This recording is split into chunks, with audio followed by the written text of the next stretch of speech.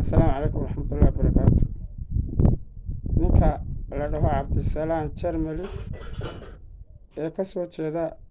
beesha habar jeclo gaar ahaan aadan madoobe muddooyinkii dambe dambiila qaran ahaa muddooyinkii dambena baryootamaya lahaa hala cafiyo dambi baan kale faysal cabdi bootaan iyo qoyskiisa hay cafiyaan faysal cabdi bootaan iyo reerkiisa iyo qabiilku yahay habar jeclo kasii yahayba dambi kamaad gelin ee qaranka somalilan dhanba dambi ka gashay marka horaha loo yidhi aadan madoobe shisheeyana maaha sokeeyana maaha shisheeye kalkaal baad noqotay cadowgaad soo raacday go-aankaagii ku adkayso cadowga iska daa ninka raggi ma cataabo somalilanna dhalinyarada somalilan meel kastoo ay dalka iyo dabadaba ka joogaan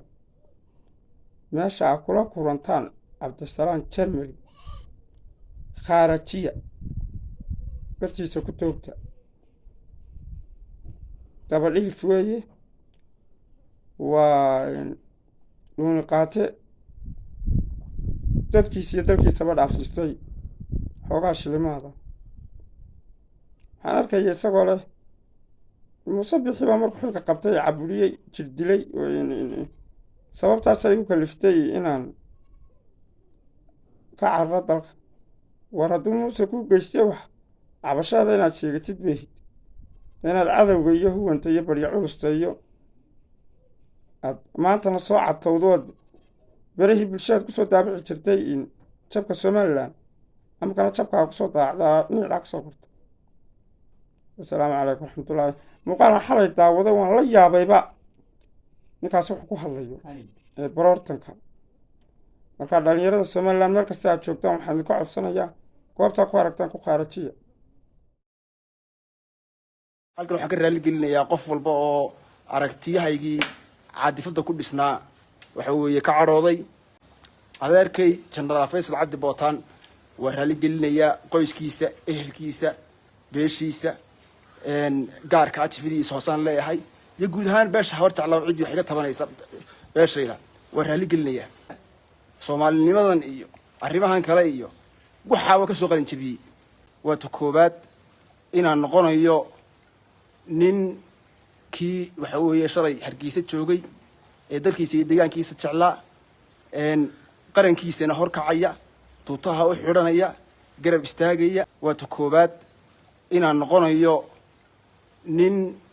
kii waxa weeye shalay hargeysa joogay ee dalkiisa iyo deegaankiisa jeclaa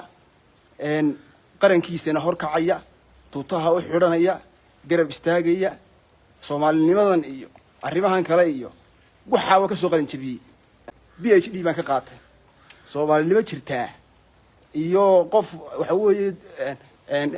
qabiil kale damiir iyo dadnimo iyo soomaalinimo iyo waxa ugu hiiliyaa ma jirto